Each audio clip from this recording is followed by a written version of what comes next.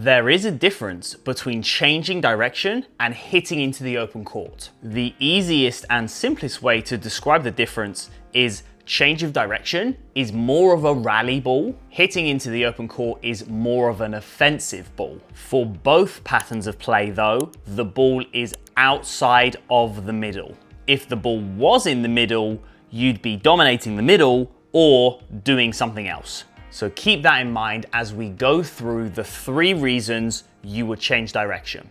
Before we get into those reasons, there is one rule that you must stick to if you're going to use this pattern of play. It's a very simple rule that you've probably heard before called beating the bounce.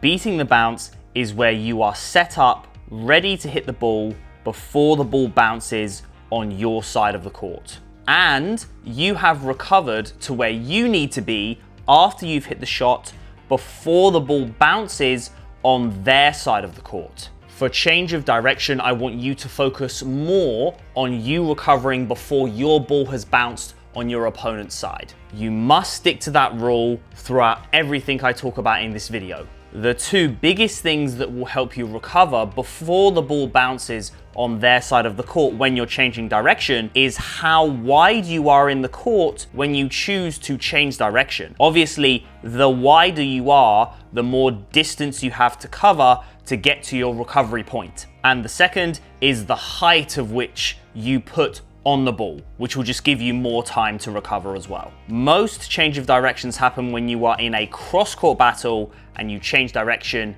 down the line. So we're going to stick to that for this video. The first reason you would change direction is to get them away from the baseline to try and get a shorter ball. Imagine you're in a cross-court battle.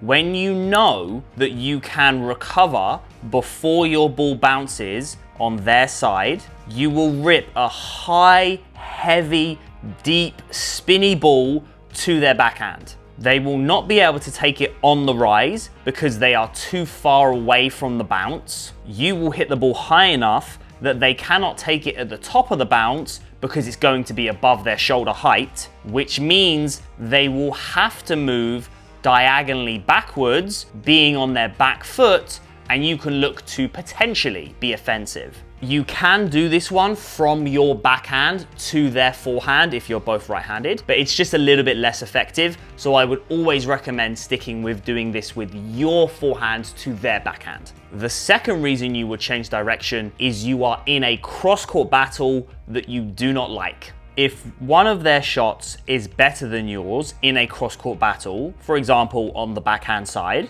the moment you know you can recover before the ball bounces on their side, change direction with good height. Then, when you are engaging in this cross-court battle, make sure that you are hitting good number 1 balls through the single sideline, like I spoke about in my previous video on how to win the cross-court battle. Because the wider you take them, the less likely they are to change direction down the line, and the less likely you are to go back into that cross-court battle that you don't like. The third reason you would change direction is you are faster and fitter than them. If we were to put tennis into very simple terms, the goal is for you to get your opponent out of position as much as possible, because that increases the likelihood of them making a mistake. What's important to know about changing direction down the line is that you will have to move just as much as your opponent will at minimum,